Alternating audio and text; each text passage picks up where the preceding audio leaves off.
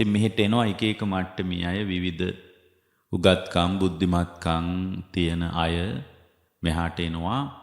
ඒ බොහෝ දෙනෙකුට මේ ධර්මය ග්‍රහණය කරගන්න අමාරුයි. ඒක අපිට තේරෙනවා. ඒ කියන්නේ එයාගේ සාමාන්‍ය උගත්කම් තිබුණා කියලාම ඒක කරගන්න බෑ. ඒතකොට උගත්කම් බුද්ධිමත්කම් තිබ්බා කියලා ධර්මය අල්ලන්න බෑ. ඒ ධර්මී කියන එකට වෙනම ඉන්ද්‍රියක් ඕන කරනවා. ඒකට කියන්නේ ප්‍රඥාව කියලා. ඒ ධර්මයේ එකපාර තේරෙන්නේ නැහැ. ටික ටික ප්‍රඥාව මෝරන්න තමයි තේරෙන්නේ. ඉතින් මේ ප්‍රඥාව කියන කොටස අපි ටික ටික හදන එක තමයි කරන්නේ. මේ ධර්ම දේශනා කර ප්‍රඥාව හදනවා ටික ටික. ඊට පස්සේ ප්‍රඥාව යම්තාක් දියුණු වුණාට පස්සේ ප්‍රඥාව ටිකක් වේගෙන් වර්ධනය කරන්න පුළුවන් දේ තමයි භාවනාව කියලා කියන්නේ.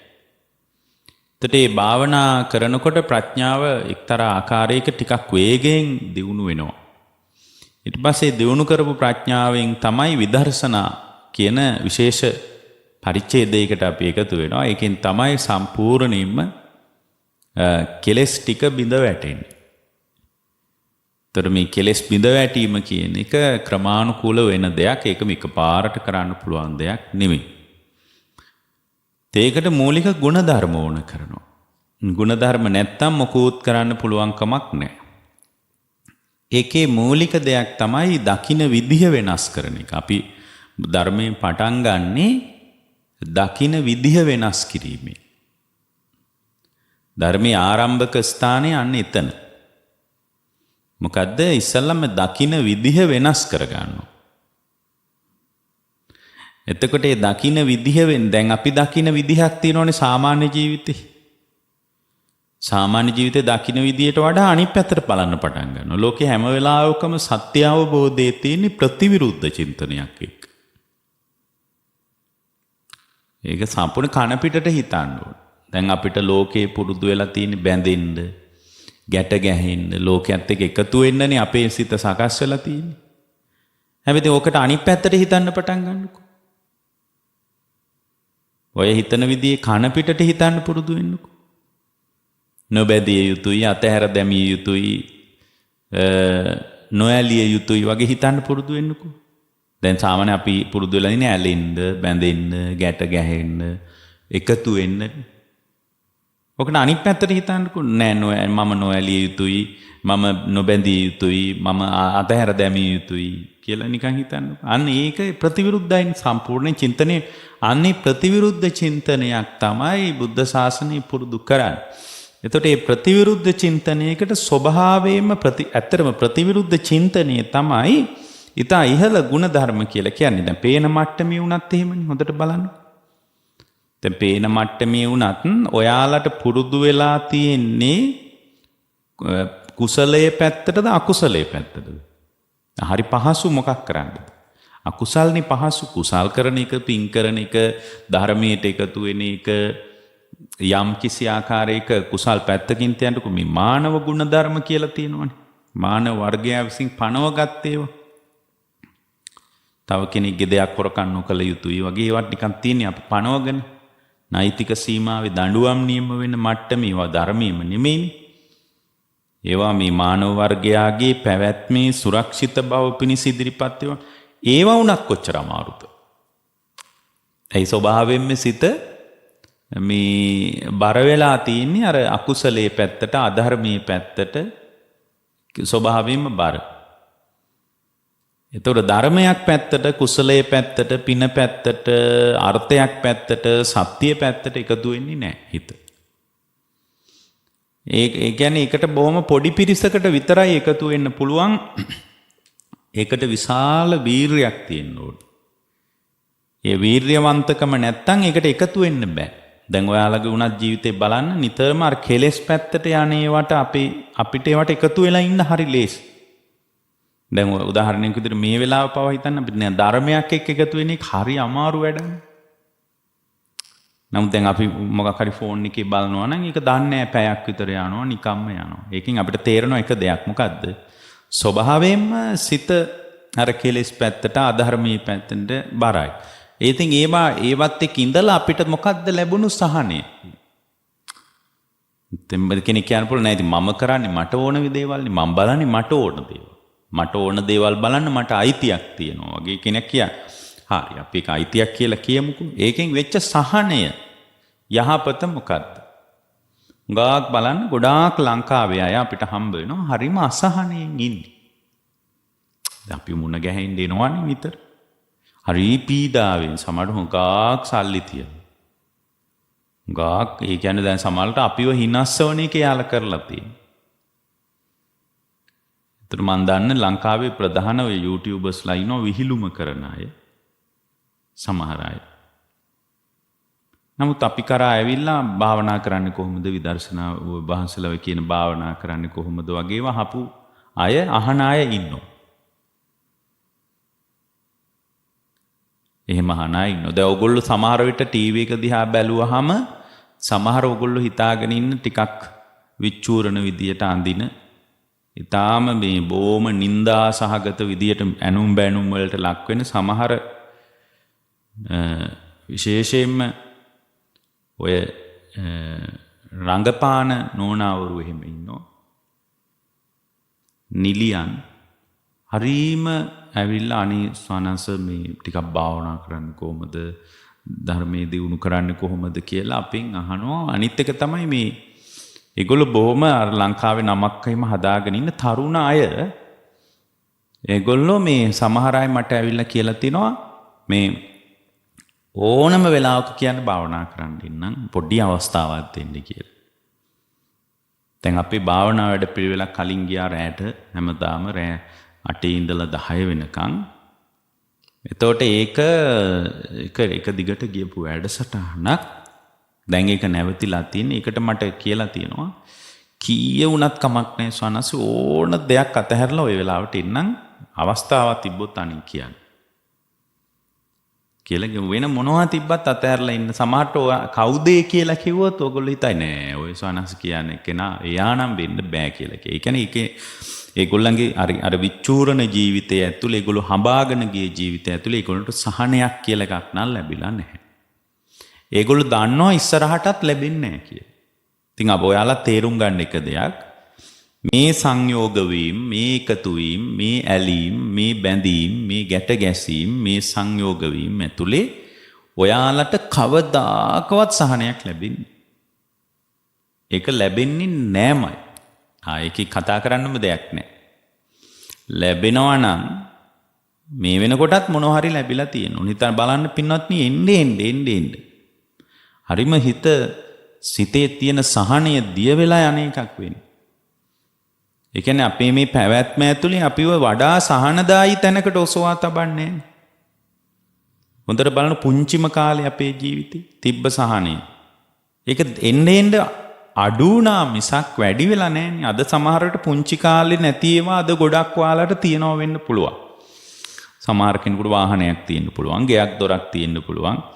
ඒ කාලේ සමහරට රුපියල් 5ක්වත් නැහැ. දැන් සමහරට බැංකු පොතේ සල්ලි ටිකක් තියෙන්න පුළුවන්.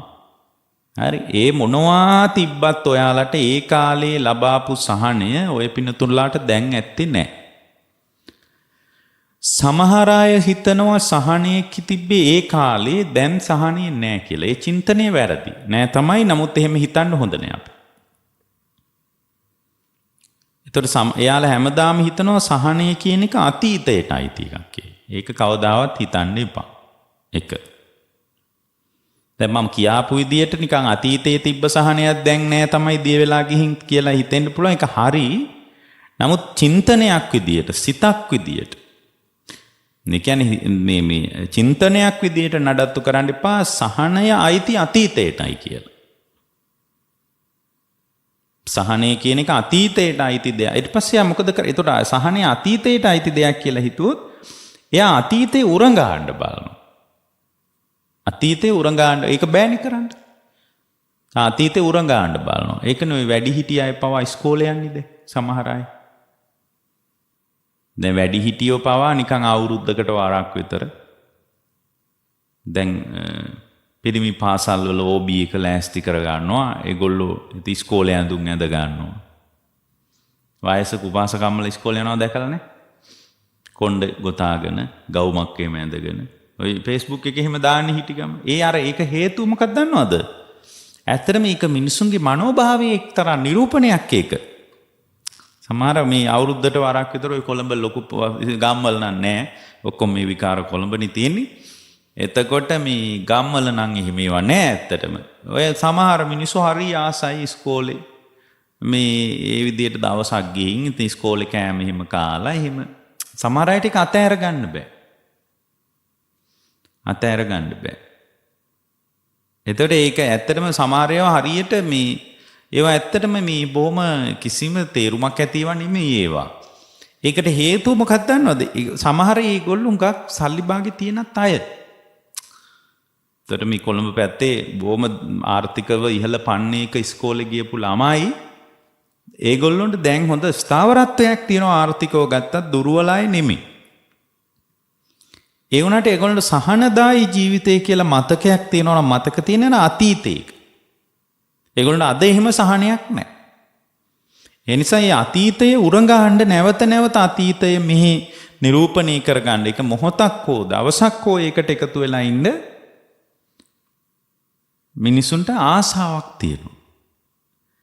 ඒ නිසා කවදාවත්ම හිතන්න එපා පින්නතුන්ලා කිසිම දවසක හිතන්න එපා ආස්වාදය කියන එක සහනය කියපු එක අතීතය තිබ්බා දැන් නෑ කියලාම හිතන්න එපා. දැන් නෑ තමයි.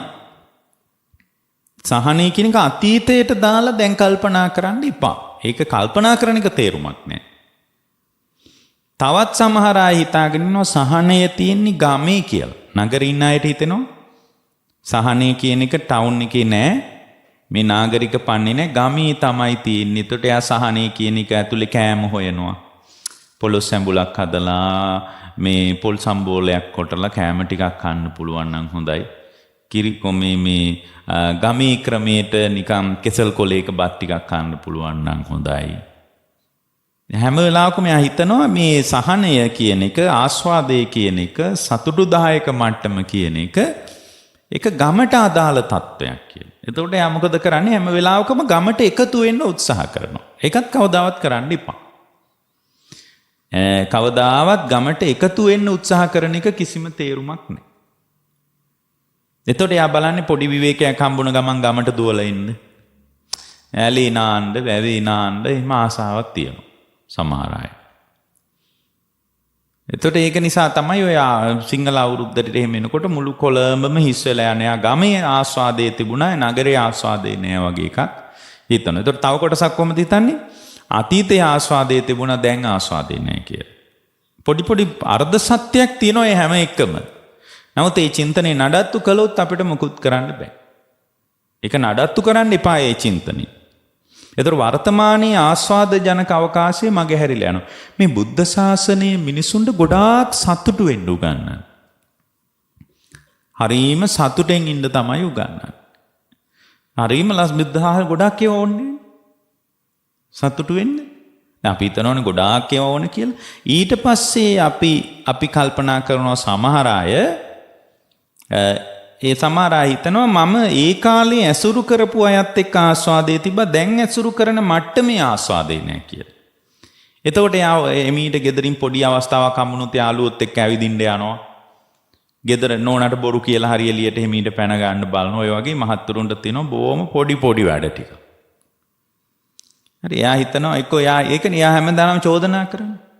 ඔයත් එක්ක දැන් සමහර නෝනලා පව චෝදනා කරන්නේ. ඔයත් එක්ක ආපු දවසේ ඉඳලා දුක. මට ඒ කාලේ එහෙම බහින ප්‍රශ්නයක් තිබ්බේ නෑ. ඔයත් එක්ක ආපු එකෙමනේ මට මේ විඳවන්නේ. අදත් විඳවනවා පේන්නේ නැද්ද? කියා ඉතින් එයා චෝදනා කර දෝෂාරෝපණය කර ඉන්නවා. එයා හැම වෙලාවකම කල්පනා කරනවා අර ඇසුර ඇතුලේ තමයි මගේ සුඛාස්වාදය බිඳිලා ගිහින් තියෙන්නේ කියලා.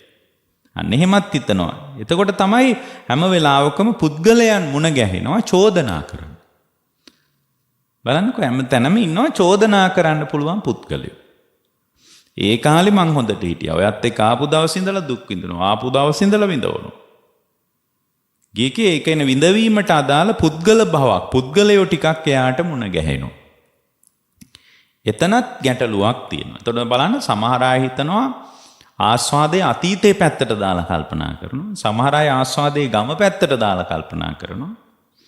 සමහර අය ආස්වාදයේ පුද්ගලයෝ පැත්තට දාලා කල්පනා කරනවා. පුද්ගලයෝ පැත්තට දාලා කල්පනා කරනවා. එතකොට ගොඩාක් අයට තියෙන්නේ සිද්ධිත් එක්ක පැටලීමක්. සිද්ධියක් එක්ක පැටලෙන්න එපා. බෞද්ධ චින්තනයේ හරි දියුණු එකක් සිද්ධිත් එක්ක පැටලෙන්නේ නැහැ. බුද්ධ ශාසනයේ දාර්ශනික චින්තනයකට තමයි කෙනෙක්ව ඔසවා තබන්නේ. ඒක තමයි පටිච්ච සමුප්පන්න දර්ශනයක් අපි හදාන්නේ. ඒකෙන් බැලුවම ওই කෝලහල මොකක්වත් නැහැ. දැන් ගොඩාක් අය ඉන්නේ සිද්ධිත් එක්ක පැටලෙනවා. සමහර අය ඉන්නවා ලෝකේ පුද්ගලයෝ 3 දෙනයි අහුවෙන්නේ. එක්කෙනෙක් තමයි සිද්ධිත් එක්ක පැටලෙන අය. හැම වෙලාවෙම සිද්ධිය බලනවා. සිද්ධිය දිහා බලනවා. එයා ඊට පස්සේ සිද්ධිය ඇතුලේ අවස්ථානුකූල චිත්‍රයකට අහු වෙලා යනවා. දැන් අපි තුමු කවුරු හරි කෙනෙක් ගත්තාම ඒ පුද්ගල ස්වභාවය තමයි බලන්නේ. අපි තුමු පාලකයෙක් කියලා. ඒතර පාලකයාගේ ස්වභාවය දිහා බලන්නේ. එයා උසයි, කොටයි, කෙට්ටුයි, ඇවිදින්නේ මේ විදියට. ওই වගේ ඒවා තමයි අහුවෙන්නේ. ටිකක් යම් දියුණුවක් තියෙන සිතන්න පුළුවන් මිනිස්සු බලන්නේ නැහැ. එයා කොහොමුණක් කමන එයා මොකද්ද කියන්නේ? එයා මොකද්ද ඔය කියන දේ කියලා බලනවා. ටිකක් දියුණු මිනිස්සු බලනවා හරි ඕකට ගියොත් ඔය වගේ දර්ශනයක් කොච්චර ලෝකෙට ගැලපෙයිද? දැන් බලන්න අපිට හරියට එහෙම තෝරගන්න බැරි වෙච්ච එකකින්නේ සමහරට අදත් විඳවනෝනේ අපි. පුද්ගලයන්ට අහුවෙලා. දැන් මේ කාලේ උනා දේශපාලකයෝ ගත්තාම මිනිස්සු ඒ දේශපාලකයන්ට අහුවෙලා යන්නේ. ඒකෙත් අහුවෙලා යන්නේ කොහොමද බලන්න? සමහර අය කියනවා දැන් අපි හිතමුකෝ කවුරු හරි මේ කාලෙම මම දේශපාලන කතාවක් නෙමෙයි කියන්නේ. මේ කාලෙම දේශපාලන දැන් රනිල් වික්‍රමසිංහ මහත්තයා ගන්නට. එතකොට එයා කෙට්ටුයි එයා උසයි ඇවිත් කතා කරන්නේ නිකන් මේ විදියටයි අර විදියටයි කී තමයි මිනිස්සු ඡන්දේ දීලා තියෙන්නේ. සමහර අය අඩුපහඩු දිහා බලලා තමයි ඡන්දේ පාවිච්චි නොකර ඉඳලා තියෙන්නේ. මේ කලින් හිටපු මහින්ද රාජපක්ෂ මහත්තයා ගත්තොත් ඒත් අර ඒ මිනිස්සු කියන්නේ හරි පෞරුෂයක් තියෙනවා අය. ආවම හරි තේජවන්තයි. ඔය වගේ ඒවා නේද මිනිස්සු කියන්නේ. මම මේ දේශපාලන කතාවක් නෙමෙයි කියන්නේ. මිනිස්සු හැම වෙලාවකම පුද්ගල ස්වરૂපය දිහා නේද බලන්නේ. ඒක ඊටාම නොදියුණු එකක්. පුද්ගල ස්වરૂපය දිහා බලන. එතකොට මේ පුද්ගල ස්වરૂපයත් එක්ක බැඳිච්ච බොහෝ දේවල් බලනවා. යන වාහනේ මොකද්ද? එයා මේ කොහොමද මිනිසුත් එක්ක කතා බහ කරන්නේ? හරිද? දැන් මේ වර්තමාන පාලනය පත් කරගන්න පවා මිනිස්සු ඒවා හොයන්න බැලුවා කියලා මං හිතනවා. මම නම් ඡන්දෙ දීලා නැහැ කාටවත්. මම දීලා නැහැ ඡන්දෙ. මම කියන්නේ මිනිස්සු සාමාන්‍ය අපි එළියේ ඉඳලා බොහොම නිදහසේනේ අපි බලන්නේ. ඒ බලනකොට අපිට පේනේවා මේ කියන්නේ. හරිද? එතකොට යාලා හැම වෙලාවකම බලන පුද්ගල ස්වරූපේ කොහොමද මිනිසුත් එක්ක ඉන්නේ? යා කොහොමද ගමේ කුස්සියට ගිහින් කන්න පුළුවන් කෙනෙක්ද? ඔය වගේ ඒවා නේද බලන්නේ. එහෙම ඒවා එතකොට ඒක බුදුරජාණන් ඒ කියන්නේ මොන තත්වයක වුණත් ඒක දියුණු චින්තනයක් නෙමෙයිනේ. දියුණු චින්තනය මොකද්ද? යම් දියුණුවක් තියෙනවා හරි. එයාගේ විග්‍රහය කොයි වගේ එකක්ද? අන්න විග්‍රහයට එකතු වෙන ටිකක් දියුණුයි.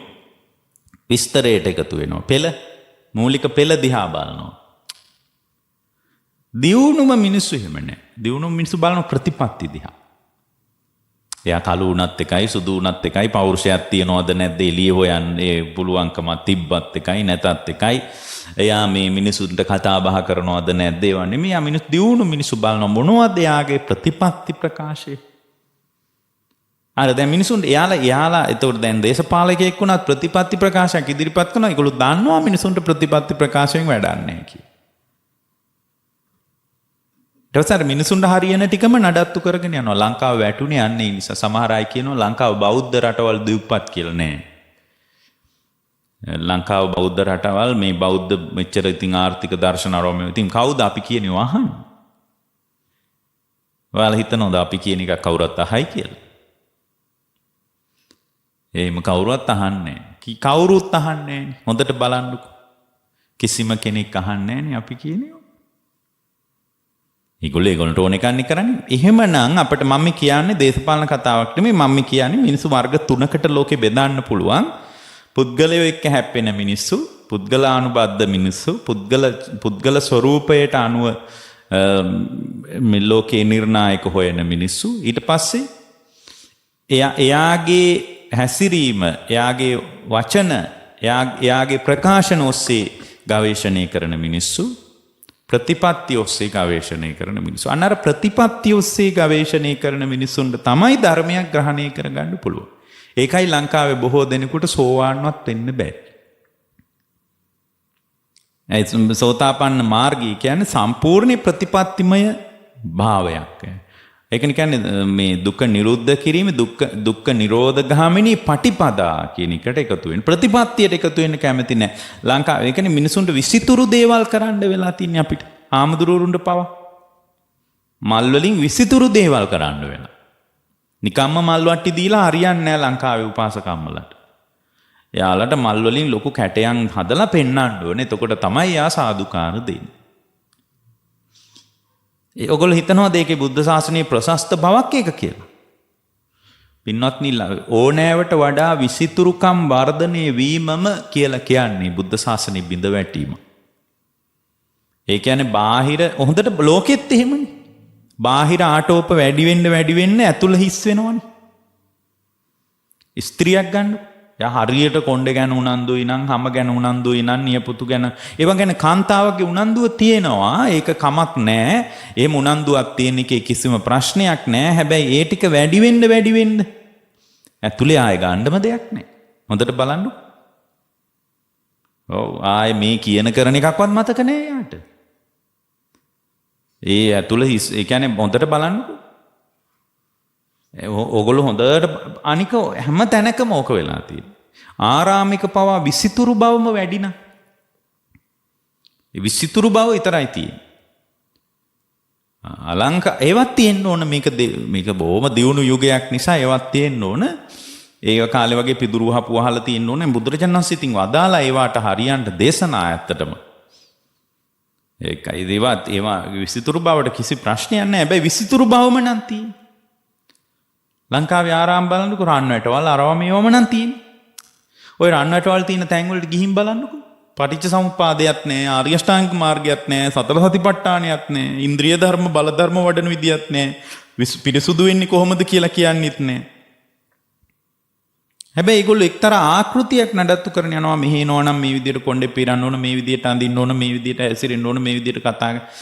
පින්වත්නි, බුදුරජාණන් වහන්සේගේ බුද්ධ දේශනාව බොහොම නිවහල්ව විමසා ගලපමින් තේරුම් ගන්න ඕන එකක්. ඒ නිසා ඔය පින්නතුන්ලා ප්‍රධාන වශයෙන් මේ කියන චින්තනයේ ටික මාස 2-3ක් නඩත්තු කරලා බලන්න පුදුම දියුණුවක් තියෙන. එතකොට අපි අපේ ආස්වාදය අපි අතීතයට දාලා බලන්නේ නැහැ. ඒතර හැම වෙලාවකම මොකද හිතෙන්නේ? අතීතයට එකතු වෙලා බලන්න හිතෙනවා. ඉතින් එකතු වෙන්න බෑ. ඒ කාලේ යනුව යන්න බෑනේ. කාලේ හරහා යන්න ලෝකෙ දියුණු තාක්ෂණයක් මොකුත් නැහැනේ. යන්නත් බෑ, ඉස්සරහටත් බෑ. කාලේ හා අවකාශය සම්බන්ධ විද්‍යාත්මක වෙනම කතාවක් තියෙනවා. සාපේක්ෂතාවයට අදාළ සාපේක්ෂතාවාදී කියලා එකක් තියෙනවනේ. එතකොට ඒකට අදාළ කාලේ හා අවකාශය සම්බන්ධ බටහිර විද්‍යාව වෙන කතාවක් තියෙනවා. ඒ මොන කතා කිව්වත් යන්න බෑනේ කාලේ හරහා. එතකොට අතීතය අනුව ඒ කියන්නේ ඒකට නැවත එකතු වෙන්න දරන උත්සාහයක් තියෙනවා. ඒක ඉතින් බොහොම අහිංසක උත්සාහයක් ඇත්තට. මිනිස්සු කරන්නේ බොහොම අහිංසක උත්සාහයන්. හොඳට බලන්න. ඒ නිසා අර අපි කිව්වේ අර ඉස්කෝලේ යන කතාවෙන්. ඒ කියන්නේ එයා හිතනවා අර ආස්වාදයේ අතීතයට එකතු වෙන්න කොහොම හරි පොඩි හරි පොටක් පාද ගන්න යා උත්සාහ කරන එක බොහොම පොඩි උත්සාහයක්. කිසිම අයුරකින් සාර්ථක වෙන්නේ එකක් නෙමෙයි. ඊළඟට එතකොට දෙවෙනි අය මොකද්ද? තවත් පිරිසක් ඉන්නවා. ඒගොල්ලෝ නිරතුරුවම කරන දෙයක් තියෙනවා. හැම වෙලාවකම කරන දෙයක් තියෙනවා. ඒගොල්ලන්ගේ ජීවිතේ හැම වෙලාවකම පාවිච්චි කරන දේ තමයි ආස්වාදය, තමන්ට සහනය කියන එක. මේ දැන් ඉන්න පාරිසරික සාක්ෂි මත තමයි අහිමි වුණේ කියලා. අර ඒ කියන්නේ නගරේ නෑ සතුට, ගමේ තමයි තිබ්බේ. ගමේ ඉතින් ඊට පස්සේ ගමේ ක්‍රමයට කවුරු හරි කොළඹ එනවා නම් ගෙල් කොලයක බත් එකක් ඔතලා එවන්න කියනවා. එතකොට ඒ වගේ පොඩි ආස්වාදයක්ත් තියෙනවා ඇත්තටම. ඒවට පොඩ්ඩක් එකතු වුණාට පස්සේ පොඩි ආස්වාදයක් නෑ නෙමෙයි. නමුත් එයා ඒක මත නඩත්තු කරන්න පටන් ගන්නවා. පොළොස් සැඹුල් කණ්ඩ ආසාවක් හිතෙනවා. මේ කිරි කොසු යල කණ්ඩ ආසා හිතෙනවා. ඊට පස්සේ අම්මා පොල් සම්බෝල කොටනවා වගේ පොල් සම්බෝල කොටලා කන්න ආසාවක් හිතෙනවා. අයි ඒ හැම වෙලාවකම හිතනවා මේ දැන් තියෙන පරිසරයේ දැන් වටපිටාව ඇතුලේ ආස්වාදේ නැති වුණා. පාරිසරික සාක්ෂි තමයි ආස්වාදේ අහිමි කළේ. ඊට වඩා ආස්වාදේ ගමේ තිබ්බා කියලා එකක් අර ගමට එකතු වෙන්න පොඩ්ඩක් උත්සාහ කරනවා. තවත් අය හිතනවා මේ පුද්ගල භව මත පුද්ගලයෝ මත තමයි ආස්වාදේ රඳා පවතින. ඒ නිසා හරි චෝදනා තියෙනවා එළියට. බලන්නකො සමහර මිනිස්සුන්ට හරියට චෝදනා තියෙනවනේ. ඔයා නිසායි මට සතුට නැති වුනේ. හරි මේ විදියට වෙච්ච නිසායි සතුට නැති වුනේ. ඒ කාලේ මම සතුටෙන් හිටියා. බලන්න මට අඳුර ගන්න බැරි වුණා. මට අඳුර ගන්න බැරි වුණා. මට වරදුනා. කියන පුද්ගලයන්ට චෝදනා කර කර ඔහේ ගෙවනවා.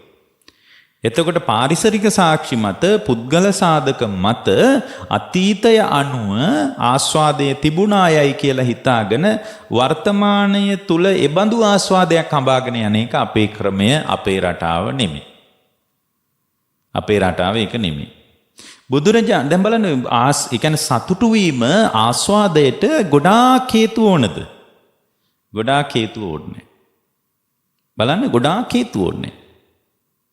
ඒක හොඳටම තේරෙනවා මේ පැවිදි ජීවිතේ ලස්සනට ඉස්සරහට යනකොට තේරෙනවා ඒ පැවිද්දෙකුට තියෙන ආස්වාදේ කාටවත් නෙමෙයි. හොඳට බලන්න පැවිදි ජීවිතය කියන්නේ මහා සුන්දර එකක්. ඒතර පැවිද්දෙකුට නම් ඇත්තටම තියෙන මිහිරිම ආස්වාදේ පවතින දෙවන්නේක් නඩත්තු කරන්න නැතිකම. ඒ කියන්නේ කවදාවත් දෙවන්නේක් නඩත්තු කරන්න හොයන්න එපා ජීවිතේ. දැන් බලන්න ඔයාලා තවත් නඩත්තු කරන්න හොයනවනේ.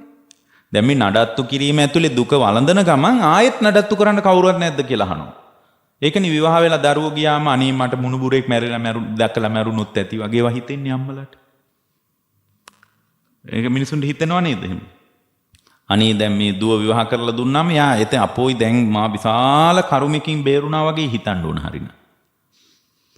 ඇයි යාගේ යුතුයකම මං ඉවර කළා මගේ කෘත්‍ය නිමා වුණා වගේ හිතන්න. ඔයාලා එහෙම අතාරින්න ගියා. ඒ කියන්නේ මම කියන්නේ දරුවෝ අතාරින්න ආයෙ මොනවද බලන්න එපා කියලා නෙමෙයි. ඕගොල්ලෝ හිතන්නේ නැත්ද? ඒ කියන්නේ විවාහ වෙච්ච ගමන්ම ලංකාවේ මේ පෙරදිග සංස්කෘතියේම ස්වභාවයක්. ඒක ලංකාව විතරක් නෙමෙයි පෙරදිග රටවල් තියෙනවා. පෙරදිග අපරදිග රටවල් බෙදෙනවනේ එක තැනකින්. ඒ පෙරදිග රටවල් වලම ස්වභාවයක් ඒක. එයා හොයනවා හැම වෙලාවකම දැන් මොකුත් නැද්ද දරුවෙක් හම්බෙන්න ලකුණු මොනවත් නැද්ද කියවන ඕක වැඩක් නැති කතාවක්.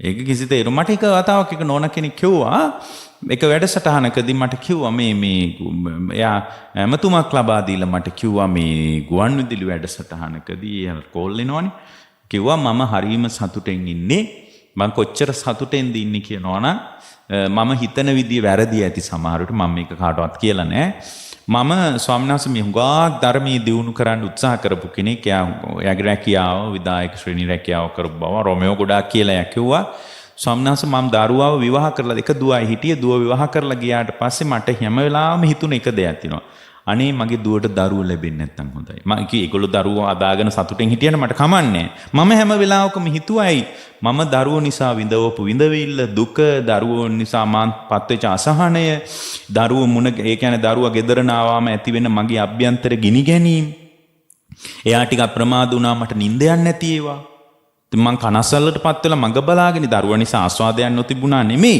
දරුවා නිසා මට ඇතිවෙච්ච සුඛාස්වාදයට වඩා මා වළඳපු දුක්ඛාස්වාදයේ බහුල නිසා මං හිතුවා මගේ දරුවට මන් තියෙන ආදරයට මට අනේ අපේ දරුවට ධර්මයට මුණ ගැහිලා අනේ මට ඒ කියන්නේ යාට ළමයි ලැබෙන්නේ නැත්තම් හොඳයි මං එයාලට කවදාවත් මං ඕක කියලා බලන්න එයා කොච්චර දියුණුයිද කියලා ඒක දරුවන්ට කියන්නේ එයා හිතනවා මොකද එයා දන්නවනේ එයාට ප්‍රායෝගික අත්දැකීම් තියෙනවනේ මං හැමදාමත් හිතුවා මේ අනේ අපේ දුවට නම් ළමයි ලැබෙන්නේ නැත්තම් හොඳයි මේ ළමයි ලැබෙන එකම මොන තරම් දුකක්ද කියලා. ඉතින් කෙනෙක් කියන්න පුළුවන් ලැබුණාම ආස්වාදයක් තියෙනවා කියලා. හැබැයි ලැබුණාම පොඩි ආස්වාදයක් නේ තියෙන්නේ. දැන් ඔක එක වෙලාවක බුදුරජාණන් වහන්සේටත් එක මිනිස්සෙක් චෝදනා කරානේ. උන්වහන්සේට එක වෙලාවක එක්කෙනෙක් ඇවිල්ලා කිව්වා මම ඔබ වහන්සේට ඒ කියන්නේ ඇත්තට මේක ඒ උනේ බුදුරජාණන් වහන්සේ මහී කියන ගඟෙන් එහා පැත්තේ හිටියා. ඒ ගඟෙන් මෙහා පැත්තේ තව මිනිස්සෙක් හිටියා එයාගේ ගෙදර තිබුණේ ගඟ අසබඩ. ඉතින් එයා දක්ෂ ගොවියෙක් එයාට විශාල කුඹුරක් තිබිලා තියෙනවා. එයා ඒ ගොවි කුඹුර වැඩ කරලා ඉවරලා ආවන් පස්සේ එයා ඉතින් ආයියෙන් වහින්න එනවා එදා රෑ. හුඟා කවස් වෙනකොට වහින්න ලෑස්ති. එතකොට මේ ගඟ අසබඩ බුදුරජාණන් වහන්සේ ඉඳලා මේ බුදුරජාණන් වහන්සේ වැඩ හිටියා. එයා ලස්සන ඉතින් හොඳ සාහිත්‍යදාරයෙක් ඒ කාලේ හිටපු. හොඳ සාහිත්‍යකාරවෝ ඉන්නවනේ. එයා දක්ෂ සාහිත්‍යකාරයෙක්. එයාට මේ යාගේ ගෙදරට වෙලා ඉතින් ගඟත් ගලාගෙන යනවා. වහින්නත් ලෑස්ති අහස ලස්සන පරිසරයක් තියෙන. ඉතින් මහී කියන ගඟ පහළට ගලාගෙන යනවා. එයා එක නිකන් එයාට සිතුවිල්ලක් ආවා. එයා ඒක කිව්වා කොහොමද? එයා කිව්වා මම කිරිදොවලත් ඉවරයි. මගේ බිරිඳ ආහාර හදලත් ඉවරයි. ඒ නිසා වැස්ස වහින්න කියලා. ඒක දිහා ලස්සනට එයා කිව්වා ඒක. මම මේ අදහස විතරයි කියන්නේ. මම කිරිදොවලා ඉවරයි. ඒ කියන්නේ ලොකු ගව පට්ටියක් ඉඳලා තියෙන. ඒකලේ විශාල වෘතියක් ඒක. මේ අද වගේ හරකෙක් දෙන්නෙක් නෙමෙයි. යාගේ රැකියාව තමයි ඒක. තව පිරිස යොදවලා එයා ඒක කරනවා. කිරි කියන්නේ ඉන්දියාවේ තිබ්බ ප්‍රධාන ආහාරයක් නේ. අදත් එහෙමයි. ඒතර යකෝ මම කිරිදොවලත් ඉවරයි. මගේ බිරිඳ රාත්‍රී ආහාර සකස් කරලා ඉවරයි. ඒ නිසා වැස්ස වහින්න අපිට ප්‍රශ්නයක් නැහැ කියලා. එතකොට බුදුරජාණන් වහන්සේ වදාලා එහා පැත්තේ ඉඳලා මම කිරිදොවලත් නැහැ, බත්තු වෙලත් නැහැ. ඒ නිසා වැස්ස වහින්න කියලා. එතකොට අර පැත්තේ ඉඳලා ඊට පස්සේ එයා ලස්සන කවියක් කිව්වා. එයා කිව්වා මම ගවපට්ටි වෙන් කළා, දෙන්නු වෙන් කළා, ගොන්නු වෙන් කළා, පැටව් වෙන් කළා, ආහාර ගත්ත දෙන්නු වෙන් කළා, ආහාර නොගත්ත දෙන්නු. මගේ ගවපට්ටියට අදාළ කෘත්‍යය නිමවා තිබෙන්නේ. ඒ නිසා වැස්ස වහින්න කියලා. සාහිත්‍යදරෙක් නේ. එයාට නිකන් පද ටිකක් ආවම. ඒතර බුදුරජාණන් වහන්සේ වදාලා මට දෙන්නු ඇත්තෙත් නැහැ, ගොන්නු ඇත්තෙත් නැහැ, පැටව් ඇත්තෙත් නැහැ, කිරිදෝන දෙන්නුත් නැහැ, නැති නිසා වැස්ස වහින්න කියලා. ඉතින් මේක එක්තරා සංවාදයක්. මේක ඉතින් ගොඩාක් විස්තර කරලා ලස්සන කවි ටිකක් ඒකේ තියෙනවා. ඉතින් මම මේක කියන්නේ නැහැ. මේක තියෙනවා දණිය ගෝපාල කියලා සූත්‍රයක. ඔයලා බලන්න පුළුවන්. එතකොට යාකෝ මගේ බිරිඳත් හොඳයි, මගේ දරුවොත් බොහොම හොඳයි කියලා මේ වටේ ඉන්න මිනිස්සු කියන ඒ නිසා වැස්ස වහින්න කියලා. බුදුරජාණන් වහන්සේ වදාලා මට බිරිඳකුත් නැහැ, දරුවොත් නැහැ, නැති නිසා වැස්ස වහින්න කියලා. මේක හරි ප්‍රතිවිරුද්ධයි චින්තනය. අර මම දේශනාවේ මුලින් කිව්වේ. කන පිටටනේ හිතන්නේ. ද සාමාන්‍ය මිනිහෙක් සතුටු වෙන්න ඕනේ හේතු මොකක්වත් නැතුව බුදුරජාණන් වහන්සේ කියනවා මම සතුටෙන් ඉන්නේ කියලා. එහෙම කියන්නේ. සාමාන්‍ය මිනිහෙකුට සතුටු වෙන්න ඕනනේ. හොඳ රැකියාවක් ඕන, එයාට ආහාර පාන වලට අදාළ වටපිටාව ඕන, එයාට සමීපව ඇසුරු කරන්න පිරිස ඕන. උදාහරණයක් ඔයාලට නම් දරුවෝ ඕන, බිරිඳ ඕන, ඔයාලට එහෙම ඒවා ටිකක් ඕන. එතකොට එයා කිව්වා මම මහී කියන ගඟෙන් එතර වුණා. මහී කියන ගඟෙන් මම එතර වුණා. මහී කියන ගඟ අසබඩ තමයි මගේ නිවස තියෙන්නේ. මහී කියන ගඟ පහළට ගලාගෙන යනවා. මේ ගඟ ගලාගෙන යන ගංගාවෙන් මා එතර වී ඉන්නේ. දැන් ගඟ ගැලුවත් මට ප්‍රශ්නයක් නැහැ. මං එතර වෙලා ඉන්නේ. ඒ නිසා වැස්ස වහින්නේ කියලා. එතකොට බුදුරජාණන් වහන්සේ වදාලා මේ කෙලෙස් කියන ගංගාව ගලාගෙන යනවා. රාගය, ද්වේෂය, මෝහය, ඡන්දය, නන්දිය, තෘෂ්ණාව, ඇලීම, විශේෂයෙන්ම ඇලීම, අපේ සිත්වල පවතින ක්ලේශයන් ගලාගෙන යනවා. මේ බඳු ක්ලේශයන් ගලාගෙන යනකොට මම මේ කෙලෙස් ගංගාවෙන් ඈතර වී වැඩ ඉන්නවා. මං කෙලෙස් ගංගාවෙන් ඈතර වුණා. මා කෙලෙස් ගංගාවෙන් ඈතර වී පවතිනවා. හැබැයි කෙලෙස් ගංගාව අකණ්ඩව ගලමින් පවතිනවා. ඇලෙන්න හේතු ඕන තරම් යෙදෙනවා, ගැටෙන්න හේතු යෙදෙනවා, මුලා වෙන්න හේතු යෙදෙනවා, තණ්හා කරන්න හේතු යෙදෙනවා, සුඛ ආස්වාදේ පදනම් වෙච්ච හේතු යෙදෙනවා. ඉතින් හැමෝටම එක වගේ යෙදෙන්නේ නැහැ. ඉතින් සමහර අයට ආසා හිතෙනවා ලෝකෙට. ඒකනේ අපි හැමෝම එක වගේ ආසා නෙමෙයි අපිට තියෙන්නේ.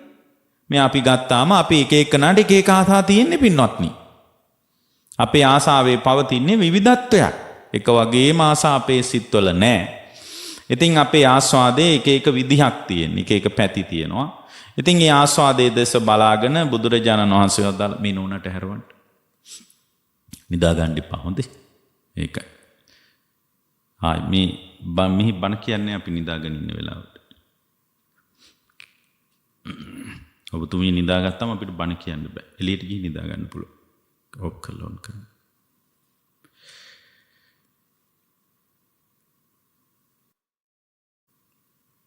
එතකොට අපට එක දෙයක් තේරෙනවා. බුදුරජාණන් වහන්සේ අපට අනුදැන වදාලා ඊටා විශේෂ දෙයක් මේ දේශනාවේ ඔයාලා හොඳට හොයලා බලන්න. දැන් භාග්‍යතුන් වහන්සේ අපට අනුදැන වදාළ මේ රටාව හරි ලස්සන රටාවක්. ඒ තමයි දැන් මේ සියලු කෘත්‍යයන් නිමවා කෙනෙක් ආස්වාදයට පත්වීම කියන එක වෙන්න පුළුවන් දෙයක්. හැබැයි ඊට ප්‍රතිවිරුද්ධව ආස්වාදයට පත්වීම කියන එක වෙන්න බැරි දෙයක්. සාමාන්‍ය ලෝකයේ කෙනෙක් එහෙම ආස්වාදයටපත් වෙන්න පුළුවන් කියලා කල්පනා කරන්නේ නැහැ. ඒ කියන්නේ ඔයාලට ආස්වාදයේ පිණිස අවශ්‍ය ගොඩාක් හේතු සාක්ෂි ඕන ආස්වාදයට අදාළ. ඒතකොට සුඛ ආස්වාදයට අදාළ ගොඩාක් හේතු යෙදුනොත් තමයි ඔයාලට ආස්වාදයටපත් වෙන්න පුළුවන් කියලා ඔයාලට දැනෙන්නේ, ඔයාලට හිතෙන්නේ. නමුත් ආස්වාදයට එහෙම ගොඩක් හේතුවමනා කරන්නේ.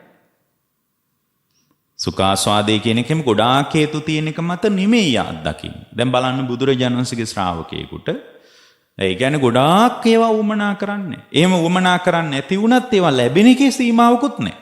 දැන් ඔයාලා කොච්චර උද්ඝෝෂණය කළත් භික්ෂුන් වහන්සේලා අපි දානි නොදීමු කියලා ඔයාලට කවදාවත් ඒක කරන්න බෑ. හරි පුදුම දෙයක් ඒක. කවදා ඒ කියන්නේ මේ හරි අద్భుත දෙයක් පැවිද්ද කියන්නේ. දැන් ලංකාවේ එක එක විදියට විරෝධයන් එනවනේ ස්වාමීන් වහන්සේලාට. නමුත් පින්වත්නි හරි පුදුමයි. මේ පැවිද්ද කියන්නේ හරි අසිරිමත් දෙයක්. ඒක කාටවත් ඒක නවත්තන්න බෑ. ඒ කියන්නේ හරි මේ ලෝක බුදුරජාණන් වහන්සේගේ අනුභවය ඒක. ඉතින් එතකොට එයා එයා ආස්වාදයටපත් වෙන විදිය කියලා එයා කිරුදෝවල තිනවා, බත්තු වෙලා තිනවා, බිරිඳ හොඳයි, දරුවොත් හොඳයි. එයාගේ ගව පට්ටි වෙන් කරලා එයා ඔක්කොම වැඩ ටික ඔක්කොම ඉවර කරලා තියෙන්නේ. ඒ වැඩ ඔක්කොම ඉවර කරලා තියෙද්දී ආස්වාදයටපත් වෙනවා. ඒතර බුදුරජාණන් වහන්සේ කියනවා මට මේ මොකක්වත් නැහැ. මම කෙලෙස් හැබැයි උන්වහන්සේ කිව්වා කෙලෙස් ගංගාවෙන් මා ඈතර වී පවතිනවා. මහී කියන ගඟෙන් ඈතර වී ගඟ අසබඩ මා නිවස හදාගෙන නැහැ. මම කෙලෙස් කියන ගංගාවෙන් ඈතර වී පවතිනවා. ඒ නිසා වර්ෂාව දැන් වහින්න කාලයයි කියනකොට වේගෙන් වහින්න පටන් අරන් තියෙනවා. ඉතින් මෙයා අර වැස්ස අතර එයා කල්පනා කළා මොකක්ද මේ මුනිවරයා කියපු කතාව කියලා. ඉතින් කෙනෙක්ව අවුල් වෙනවනේ එහෙම කතාවක් කිව්වම.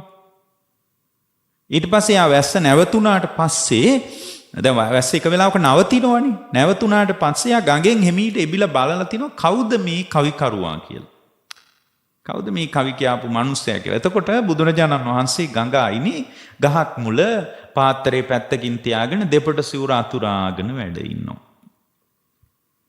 බුදුරජාණන් ඊට පස්සේ එයා එමීට අර ගඟෙන් එහා පැත්තේ ඉඳලා මහලා තිනවා ඔබ වහන්සේද මේ මං කියපු කවි වලට විරුද්ධ කවි කිව්වේ කියලා. ආලා එයා එමීට අර බුදුරජාණන් වහන්සේ ළඟට ආවා. ආවට පස්සේ කියනවා හරි ඔබ වහන්සේ ඔහොම හිතන එකේ ප්‍රශ්නයක් නැහැ කිව්වා. දැන් බුදුරජාණන් වහන්සේ කිව්වා ඔබ වහන්සේ ඔහොම හිතන එකේ කිසි වරදක් නැහැ කිව්වා. මොකද්ද වරදක් නැති? ඉතින් ඔබ වහන්සේලාට මේ එයා මෙහෙමයි ඒක කිව්වා. ආලා කියන විදියටයි කිව්වේ. මෙහෙමයි ශ්‍රමණයන් වහන්සේ දරුවෝ ඉන්න මිනිස්සු දරුවෝ නිසා සතුටු වෙනවා. දරුවෝ ඉන්න මිනිස්සු දරුවෝ නිසා සතුටු වෙනවා. ඉඩකඩම් ගෙවල් දොරවල් ඉඩ හරක බාන මිල මුදල් තියෙන මිනිස්සු ඒවා තියනවා කියන කමට සතුටු වෙනවා. තියනවා කියන ඉතින් හරිනේ ආස්වාදයක් තියෙනවනේ. තියෙන කම ඇතුලේ ඉතින් ඔබ වහන්සේලාට ඕවා මොකක්වත් නැහැනේ. ඉතින් ඔබ වහන්සේට සතුටු වෙන්න බෑ තමයි කිව්වා. ඔබ වහන්සේ සතුටු වෙන්න බෑ. ඒකයි ඔබ වහන්සේවම කියන්නේ මට දරුවෝ නෑ බිරිඳ නෑ නිසා වහින්න කියලා. ඔබ වහන්සේ ප්‍රතිවිරුද්ධව කියන්නේ ඔබ දරුවෝ ඉන්න මිනිස්සු දරුවෝ නිසා සතුටු වෙනවා. තමන්ගේ කෘත්‍යයන් දෙස බලාගෙන ඒවත් තියෙන මිනිස්සු සතුටු වෙනවා. ඒත් ඔබ වහන්සේට සතුටු වෙන්න පුළුවන් කමක් නැහැ කියලා කියනකොට බුදුරජාණන් වහන්සේ වදාළ ඔබ කියන කතාව ඇත්ත. මේ ආස්වාදය කියන එක තියෙනකම නිසා ඇති වෙන ඔබ දන්නවද කියලා අහනවා. දරුවෝ ඉන්න මිනිස්සු දරුවෝ නිසාම සතුටු වෙනවා. හැබැයි දරුවෝ ඉන්න මිනිස්සු දරුවෝ නිසාම දුකකටත්පත් වෙනවා. ඔයගොල්ලෝගේ ජීවිතේ බලන්න දරුවෝ නිසා සුඛාස්වාදයක් නැතුවා නෙමෙයි. දරුවෝ අරමුණු කරලම ඔයාලා කවදාවත් අත්දැකපු නැති දුක්ඛාස්වාදයකුත් ඔබට නිරතුරුව වළඳන්න සිද්ධ වෙලා තියෙනවා. එයි අර දරුවෝ අරමුණු කරගෙන සුඛාස්වාදේ නඩත්තු කරන්න යන හැම උත්සාහයකදීම ඔයාලට සිද්ධ වෙනවා දුක්ඛාස්වාදයේ භුක්ති විඳින්න. සුඛාස්වාදේ නඩත්තු කරන්න දරන සෑම උත්සාහයකදීම ඔය පින්නතුන්ලාට සිද්ධ වෙනවා සුඛාස්වාදයේ නඩත්තු කරන්න දරන සෑම උත්සාහයකදීම ඔය පින්නතුන්ලාට සිද්ධ වෙනවා දුක්ඛාස්වාදයේ නඩත්තු කරන්න. ඒක තමයි අපිට වෙලා තියෙන්නේ. එතකොට මේ දුක්ඛාස්වාදයේ වළඳන ගමන් අපි සුඛාස්වාදයේ පිළිබඳ නිද්දල්වාගෙන ඉන්නවා. ඒක අපිට කවදාවත් ලැබෙන්නේ නැහැ. අපි හිතාන ඉන්නව නේද අපිට නිකන් මේ දැන් අපේ සමහර අයට දැන් පොඩි වෙලාවක්වත් Tamanගේ දුරකථනයේ අතට ගන්න නැතුව ඉන්න අමාරුයි. දවසක් කරන්ට් එක ගියොත් එහෙම යාට සමහරට ආණ්ඩුව වුණත් පෙරලන්න හිතෙන්න පුළුවන්. ලංකාවේ සමහර තරුණ අයට හිතෙන්න පුළුවන්. ඒ කියන්නේ එහෙම හිතෙන්න පුළුවන්. ඒ කියන්නේ යාට ඒවා නැතුව ඉන්න අමාරුයි. තින්න අමාරු. අර මේ අජාන් බ්‍රහ්මවංශ කියන හාමුදුරුවෝ හිරගෙදරක ගියාලු බණකට. බණට ගියාම යාලා ඇහුවලු මේ කට්ටිය ඇහුවලු අනේ ඔබ වහන්සේලා නම් බොහොම සතුටින් ඉන්නවා ඇතිනේ. අර ඒ හාමුදුරුවෝ කවලු ඔව් අපි බොහොම සතුටින් ඉන්නේ. හරිම සතුටින් ඉන්නේ. එහෙනම් ඔබ වහන්සේලාට මේ හොඳට කෑම එහෙම ලැබෙනවා ඇති නේද? තුන් වේල නෑ අපි එක වේලයි වළඳන්නේ. අපි එක වේලයිනේ වළඳන්නේ කියලා කිව්වා. මෙහි තුන් වේලම හම්බෙනවනේ හාමුදුරනේ. හිරගෙදර තුන් වේලම හම්බෙන. ඒතර ඔබ වහන්සේලාට නිතර ටීවී එහෙම බලන්න තියනවාද? චිත්‍රපටි ෆිල්ම් එහෙම බලන්න තියන්නේ අපි ඒව බලන්නේ නෑනේ. මෙහි හාමුදුරනේ චිත්‍රපටිත් පෙන්නනෝනේ අපිට. ඊට පස්සේ කිව්වලු දැන් ඔබ වහන්සේලාට එහෙනම් මේ හොඳට සුව පහසුවෙන් හොඳට සනීපෙට නිදා ගන්න ඇති නේද ඔබ වහන්සේලාට? නෑ අපි ඉතින් බොහොම නිදාගෙන අලුයම් කාලේ අවදි වෙලා ආරුණට පළමුව දැහැටි වළඳා ඉර පායන්න කලින් අපි දැහැටි වළඳනවා. මල් පෙත් මන් පැමද නිමවා තබා පැන් පෙරා තබා එහෙම අපේ කෘත්‍යයන් තියෙනවා. අපේ උදේට කරන වැඩ ටිකක් තියෙනවා. ඒ වගේ ඒ කෘත්‍යයන් අපි කරනවා උදෙන්ම අවදි වෙලා. අනේ හාමුදුරනේ අපි නැගිටින්නේ 6ට විතරනේ. ඔබ වහන්සේලා එච්චර පාන්දර නැගිටිනවද? එතකොට එහෙම කියලා දැන් මේ කියන්නේ යන්නේ ඒවට වඩා ඉතින් අර ඊට පස්සේ අර හිරකාරයෙක් කිව්වලු හාමුදුරනේ මෙහෙ ඉන්න කිව්වලු. ඔබ වහන්සේ ඔය ඉන්න එපා මෙහෙ ඉන්න කිව්වලු. ඔබ වහන්සේ ඔය ඉන්න ජීවිතේට වඩා මෙහෙ හොඳ ජීවිතයක් කියලා. ඒ කියන්නේ මිනිස්සු හිතාගෙන ඉන්න හොඳ ජීවිතය කියන්නේ අර නිකන් ගොඩාක් භෞතික දේවල් පරිහරණය කරන්න ලැබෙන. එතකොට එහෙම එකක් තමයි ලංකාවේ. ඒ කියන්නේ මිනිස්සු හිතන්නේ ඒ කියන්නේ ගොඩාක් දේවල් පරිහරණයට තියෙන මට්ටම ඇතුලේ ආස්වාදයෙන් සම්තෘප්තිමත් වෙන්න පුළුවන් කියලා මිනිස්සු හිතනවා. දැන් ලෝකයේ දැන් අද ඉන්න අයට නම් මං හිතන්නේ ජීවිතේ බරපතල තේරෙන්නෙම නැහැ. ඒගොල්ලන්ට බර දැනෙන්නේ නැහැ. ඒගොල්ලෝ පොඩි දෙයක් ඇති ඕනනම් දැන් පේනවනේ සියද විනාශා ගන්න ඒවා එහෙම දිහා බැලුවාම තේරෙනවා පොඩි හේතු යෙදිලා තියෙන්නේ. එහෙම අපි කියනකොටත් ඔයාලා හිතන්න පුළුවන් නෑ ඉතින් යාගේ කතාව දාන්නේ ඔබ වහන්සේලාට ධර්මාසනේ වාඩි වෙලා ඔහොම කියන්න පුළුවන් වුණාට එයාටත් මොනවා හරි කියන්න ඇතිනේ කියලා කියයි. පින්වත් එයාට මොනවා කියන්න තිබ්බත් ඕගොල්ලෝ ගොඩාක් අසරණ වෙච්ච තැනක් තමයි. අපි ගොඩාක් අසරණ වෙච්ච තැනක් තමයි අපි ලෝකයේ දකින්නේ ඇස් දෙකෙන්වත් නෙමෙයි. ඉතින් ලෝකේ අපිට දකින්න පුළුවන් තැන් තුනක් තියෙනවා. එකක් තමයි දැන් අදට හරියන විදිහට අපි ලෝකේ කියවන්න හදන්නේ පොඩි තිරයකින්. ඒක අපි එකක් අමාරුවක් ඒක. يعني අපි පුංචි තිරයකින් තමයි ලෝකේ බලන්න උත්සාහ කරන්නේ. හරිද? ඒක එක වැරදක්. ඊළඟ එක තමයි අපිට තව විදිහකින් ලෝකේ දකින්න පුළුවන් ඇස් දෙකෙන්. ඒ කියන්නේ මේ පියවි ස්වභාවය තුල. ඒකත් එක්තරා දුර්වල විදියක්. තවත් විදියක් තියෙනවා ලෝකේ ප්‍රඥාවෙන් බලන්න පුළුවන්. අපි ඉන්නේ බොහොම අර බාලාංශ වැඩක පොඩි ස්ක්‍රීන් එකකින් තමයි අපි ලෝකේ කියවන්න හදන්නේ. ඕක නිසා පින්වත් ඉස්සරහට අපිපත් වෙන අරුබුදය අපිට අපේ සාක්ෂරතාවේ බරපතල අරුබුදයක අපි ඉන්නේ. දැන් ඒ අයවල ලොකු දියුණු අවකාශයක් නේ. ඉස්සරහට බලන්න මිනිසුන්ට ලියන්න බෑ. හරිද? මිනිසුන්ට කියවන්නත් බැරි වෙයි ඉස්සරහට. ඒවත් දුර්වල වෙයි. මේවා තමයි සාක්ෂරතාවේ බරපතල පැති. දැන් ලියන්න ඕනේ නෑනේ. ඒ අය වලින් මෙහෙම කිව්වන් පස්සේ ටයිප් කරන්න පුළුවන්. නිකම්ම ටයිප් වෙනවනේ. එතකොට මේ තාක්ෂණික දියුණුව ඇතුලේ අපි ගොඩාක් ඉස්සරහට එක වෙලාවක් ඒවි. තාක්ෂණික ලෝකයා අපි හදාපු තාක්ෂණය විසින් අපිව ආක්‍රමණය කරයි. එක වෙලාවක් ඒ තව අවුරුදු 100කින් 150කින් විතර ඒ තාක්ෂණික ලෝකයේ අපිව ආක්‍රමණය කරයි. එහෙම වෙලාවක් එන්න බැරි නෑ. ඒ නිසා අපි පුළුවන් තරම් අපිට ඒ නිසා මේ හැම වෙලාවකම පොඩි ස්ක්‍රීන් එකකින් ලෝකේ බලන්න උත්සාහ කරන්න එපා. ලොකු පොඩි තිරයක් මත ජීවිතේ යැපෙන්න හදන්න එපා. ඒ නිසා ඒක ලොකුවට විශ්වාසය තියන්න එපා පුංචි තිරයකින්. පොඩි ස්ක්‍රීන් එකකින් ලෝකේ දිහා බලන්න බෑ. ඒක හරි පටුයි. එතකොට එයාට ලෝකේ පේන්නේ නැහැ ඇත්තටම. අපේ ඇඟිලි තුඩු අතර ලෝකේ තියෙනවා කියලා අපි හිතුවට ඒක ප්‍රශස්ත නෑ. ලෝකෙ ඉස්සරහට පිළිගන්නේ නෑ ඒක. ලෝකෙ ඉස්සරහට පිළිගන්නේ නෑ ඒක. ඒ නිසා ඔය පින්නතුන්ලා මේ தත්ත්වය හොඳින් තේරුම් ගන්න ඕන. මේ මට්ටම ඊටාම හොඳින් ඔය පින්නතුන්ලා තේරුම් ගන්න. ඒ කියන්නේ පුළුවන් තරම් ඔයාලා උත්සාහ කරන්න ප්‍රඥාවෙන් ලෝකේ බලන්න. ඒ ප්‍රඥාවෙන් ලෝකේ බලන්න පුරුදු වෙන එක හරි දියුණු එකක්. ජීවිතේ එපා වෙන්නෙම නෑනේ. මොනවා වුණත් එපා වෙන්නේ. අවස්ථාවට එකතු වෙනවා. මොනවා වුණත් ජීවිතේ එපා වෙන්නේ නැහැ. දැන් බලන්නකො අපිට කවුරුත් ඇත්තෙත් නැහැ. යැපෙන්න කෙනෙකුත් නැහැ. නඩත්තු කරන්න කෙනෙකුත් නැහැ. හරි? මොකක්වත් නැන්නේ. දැන් අපේ ජීවිත හරීම රසවත් ජීවිත තියෙනවා. විශේෂ යන්න තැනක් නැහැ. එහෙම යන්න ඒ කියන්නේ ඕන තරම් විවේකයේ හදා ගන්න පුළුවන්. දැන් මට පුළුවන් හෙට මම බණ කියන්නේ හෙට ඉඳලා කියලා මට ඉන්න පුළුවන්. එහෙම හිටියා කියලා ඔබන්ට බණ කියන්නේ නැත්නම් අපි දන් දෙන්නේ ආදින් පස්සේ කියලා එහෙම එකක් නෑනේ. පාත්‍රය අතට ගත්තාම මිනිස්සු හිතාගෙන ඉන්නේ ඔය අපිට දීලා යන්න ඔය ස්වාමීන් වහන්සේ ඉන්නේ කියලා.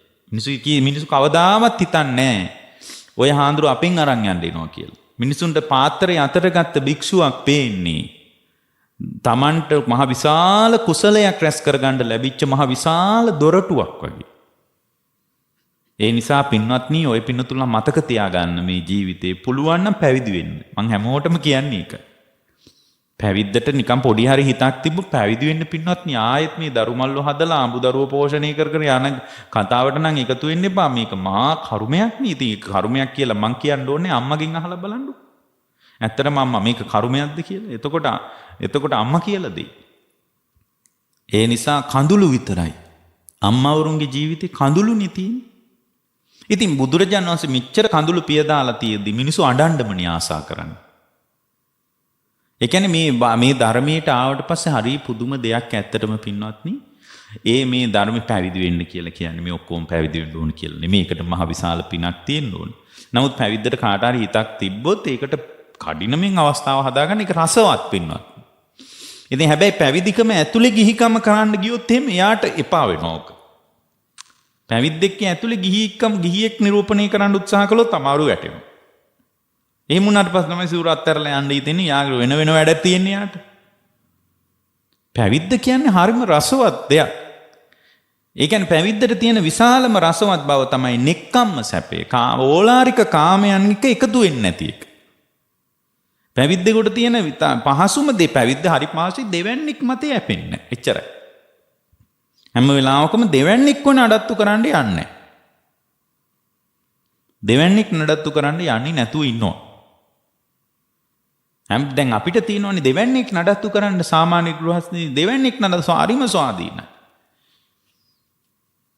දෙවන්නේක් නඩත්තු කරන්න නැතුව ඉන්න ජීවිතේ තමයි පුදුම ලස්සන. ඒක හරිම රසවත් එකක්.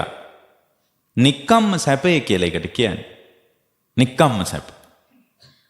එතකොට එහෙම ඉන්නකොට ජීවිතේ එපා වෙන්නේ මහ විශාල කනස්සල්ලටපත් වෙන්නේ. හරිම සැහැල්ලුවක් දැනෙනවා. හරිම පීඩාකාරී බවක් නැහැ. ඒ නිසා ඔය පින්නතුන්ට මං කියන්නේ ප්‍රඥාව කියන හැම බලන්න. පොඩි ස්ක්‍රීන් එකකින් ලෝකේ දිහා බලන්න එපා. හරි. ඊට පස්සේ ඇහැම දෙවෙනි එක තමයි ඇහෙන් ලෝකේ බලන්න පුළුවන් මේ පියවි ස්වභාවය තුල. තිරේකින් නෙමෙයි මේ ඇස් මට්ටම විශ්වාස කරන්නත් එපා. ඒකත් බොරුවක්. ඇස් මට්ටම විශ්වාස කරන්න එපා. බුද්ධ ශාසනයක ප්‍රඥාව කියන ඇස මත විශ්වාසය තියෙනවා. ඒ ප්‍රඥාව කියන ඇස උපදවීම පිණිස අපි තුල ඇති වෙන්න ඕන අයෝමය හැකියාවක් තියෙනවා. ප්‍රඥාව කියන ඇහැ උපදවන්න මා විශාල හැකියාවක් ඕන. ඒකට තමයි අර භාවනාව කියලා එකක් අපි පුරුදු කරන්නේ. ටික භාවනාව පුරුදු කරන්නේ. එතකොට මේ ප්‍රඥාව කියන ඇහැ අවදි කිරීම පිණිස තමයි බුදුරජාණන් සතර කමඨහන් කියලා එකක් වදාලා. ප්‍රඥාව කියන ඇස උපද්දවන්න ඒක උදව් කරනවා. ඇසේ වර්ධනයේ පිණිස පළවෙනි ධ්‍යාන, දෙවෙනි ධ්‍යාන, තුන්වෙනි ධ්‍යාන, හතරවෙනි ධ්‍යාන වගේ ධ්‍යාන මට්ටමක් තියෙනවා. යථාභූත ඥාන දර්ශනයේ පිණිස විදර්ශනා ඥානය තියෙනවා. ඔකනේ. ප්‍රඥාව කියන ඇහැ උපදවා ගැනීම පිණිස සතර කමඨහන් කියලා එකක් තියෙනවා. ඒ කියන්නේ සංසාරික ජාලයට බුදුරජාණන්සේ ගැට ගැහුන්නේ නැති හේතු ටික බලනවා බුද්ධානුස්සතිය. ඊට පස්සේ Tamanගේ අභ්‍යන්තර සිත දෝමනස්සයකටපත් නොවි සිත එක්තරා විදියක මේ ලෝකයේත් එක්ක අවිජ්ජා දෝමනස්ස සහගත තත්ත්වයන් නඩත්තු නොවීම පිණිස මෛත්‍රිය වඩනවා. හරි. ඊට පස්සේ මේ ජීවිතය තුළ අහිමි වීම තුළ දුක ගලන එක නවත්තා ගැනීම පිණිස මරණ සතිය වඩනවා. අහිමි වීමෙන්නේ දුක හටගන්නේ. අහිමි වීම කියන එක ඇතුලේ තමයි දුක සකස් වෙන්නේ. ඒ දුක ගලන්නේ නැති මට්ටමට එයාගේ ජීවිතේ පවත්වනවා. ඊට පස්සේ ඔය හැම වෙලාවකම මම ආයනේ මේ නිකන් හරි පුදුම වටිනාකමක් යනවා මේ ඇඟට අපි. මේ ගත කෙරෙහි මහ පුදුම ඒ වටිනාකම දුරු අඩු කරගන්න අසුබය වගේ වඩන. ඔන්න ඔය හතර වඩන්න ජීවිතේ එක්තරා විදියක මැදහත්කමක් එනවා සහ ප්‍රඥාව කියන ඇහැ අවදි වෙනවා. අවදි වෙච්ච ප්‍රඥාව වඩන්න තමයි පළවෙනි ධ්‍යානයේ ආනාපාන සතිය වගේ භාවනාවලින් පඨම ධ්‍යානයේ, ද්විතීය ධ්‍යානයේ, තෘතීය ධ්‍යානයේ වගේ ධ්‍යාන සිත් උපදවනවා. එතකොට අර ඒකෙන් ප්‍රඥාව කියන එක පුදුමාකාර විදියට වර්ධනයක් ඇති වෙනවා. ඒක ඇතුලේ මේ දුක ඉවර වෙන්නේ යථාභූත ඥාන දර්ශනයකින්. යථාභූත ඥාන දර්ශනයේ පිනිස අපි කරන ඉතා වැදගත් දෙයක් තමයි යථාභූත ඥාන දර්ශනයේ පිනිස අපි අපේ ජීවිතවල ලස්සන දෙයක් පුරුදු කරනවා. යථාභූත ඥාන දර්ශනයේ පිනිස විදර්ශනා කරනවා සිත. විදර්ශනා භාවනා කියන්නේ විපස්සනාව කියන්නේ. ඉතින් ලංකාවේ විපස්සනා යතන විපස්සනා මධ්‍යස්ථාන විපස්සනා භාවනා මධ්‍යස්ථාන කීකියුවට ඔයගේ විපස්සනා නෑ මුකුත් නෑ. ඒ වගේ මුකුත් විපස්සනා නෑ. නම් බෝඩ් එක තියෙනවා නම විපස්සනාව කියන්නේ තම තමා විසින් විදර්ශනා කරමින් ඥානෙ උපද්දවන්න ඕනේ. ඒක තමන්ගේ gedara කරන්න පුළුවන්. ඒකට පුරුද්දක් කර ගැනීම පිණිස සංඝයා ඇසුරු කර යම් කිසි උපකාරයක් ගන්න ඕනේ. ඉතින් මේ කාලේ නම් එහෙම ලොකු අමාරුවකුත් නැහැ. ඇයි? YouTube එකට ගිහින් විදර්ශනාව කියලා ගහන්න විතරයි ඕන දේශනා දහස් ගාණක් එනවා. ඒව අතුර පුරුදු කරන්න පුළුවන්. ඉතින් මෙන්න මේ විදියට පුරුදු කරගෙන තම තමන්ගේ ජීවිතවල ධර්මයේ දියුණු කරගන්න එක තම තමන්ගේ වගකීමක් මිසක් අපි නම් වගකීම ගන්නෑ. අපි මේ කොච්චර බණ කිව්වත් අපි නම් වගකීම ගන්නෑ. ඔයාලා කැමති නම් දියුණු කරන්න පුළුවන්. අකමැති නම් අකමැති නම් දියුණු නොකර ඉන්න පුළුවන්. එතකොට දියුණු නොකළොත් ඉතින් අපිට මොකද? දියුණු දැන් මම මේ බණ කිව්වේ ඇයි? එතකොට බණ කිව්වේ මේ පැය ගෙවා ගන්න ඕනාවට මට. මේ වාඩි වුණාම මේ මාතෘකාවක් එක්ක කවුරු දැන් මේ ඔයගොල්ලෝ අඳුරන අය නෙමෙයි. මේ කවුරුත් අඳුරන්නේ. බලන්නකෝ මං ඇහෙනකල් අඳුරනවා වගේ නෙමේ පැය කතා කළේ. මම මේ වෙලාව බල පැයක් යනකම් මම මේ කතා කර හිටපු එක තමයි කළේ. හැබැයි මේ කතාව ඇතුලේ අපි කෙලෙස් එක දෙයක්වත් අවශ්‍යනේව කරේ නැහැ. ඒකයි මේ සුන්දර කුසල හෝරාවක් කියන්නේ. ඒකෙන් මට යන වෙන යහපත ඔයාලා කවදාවත් හිතන්නේ ඇයි? විමුක්තියේ පළවෙනි ආයතනේ ධර්ම ශ්‍රවණේ නෙමේ දේශනාව. මම මගේ නිවන් මඟට උපකාරයක් ගත්තා. ඔයාලා කැමති නම් එකකින් උපකාරයක් ගන්න. දැන් මම මේ බණ කියන්න පටන් ගන්නකොට කො මොනවද පිරිකර එහෙම ගෙනාවේ මොනවද කො අත උස්සන්න බලන්නේ පිරිකර මොනවද පූජා කරන්න කියලා අහලා බණ කිව්වේ නෑනේ. පිරිකර පූජා කළත් එකයි නොකළත් එකයි අපි මේ හෝරාව කුසල හෝරාවක් විදියට සිහිනුවන උපදවාගෙන කෙනෙක් කෙරෙහි පටිගයක්, දෝමනස්සයක්, වෛරයක්, කේන්තියක් මොකක්වත් ඇති නොවි ධර්මාර්ථයට සමවැදී අපි මේ ධර්ම හෝරාවක් ගත කළා. මේ හෝරාව ලෝකයේත් එක්ක එකතු වෙන හෝරාවක් නෙමෙයි සංසිඳීමට උපකාර වෙන හෝරාවක්. ඒකයි අයි අපි බලන්නකො රාගය ගැන කතා කරේ නෑ, ද්වේෂය ගැන, මෝහය ගැන, එකට එක කරන එක ගැන, මාන්නි ඕව හැදෙන විදියට අර කෙලෙස් සහගත කතා මොකුත් නෑනේ. එක වචනයක් නෑ. අවුල් වෙන එක වචනයක්වත් නෑ. ඒ නිසා අපි මේ කතාව ඒකාන්ත වශයෙන් ධර්මයට අනුග්‍රහයක් සුවසේම විදර්ශනා නුවණ පහළ වීමට මේ සියලු දෙනාටම මේ දේශනාව උපකාර වේවා. දේශනාව දායකත්වයේ හංසිනි, තෙෂාන්, මිනුර, තාරුක, හෂිනී, පබා කියන මේ කලන දූ දරුවන් ඇතුළු පින්නතුන් සද්ධාවෙන් සම්බන්ධ වෙනවා. ඉතින් මේ තරුණ දරුවොත් මැදිහත් කරගෙන මේ වැඩි හිටියන් මේ දේශනාවට රැස් වී තිබෙනවා. මේ සියලු දෙනාටම මේ කුසල් ජීවිතාවබෝධය ධර්මාවබෝධ පිණිස වේවායි මම ප්‍රාර්ථනා කරමි.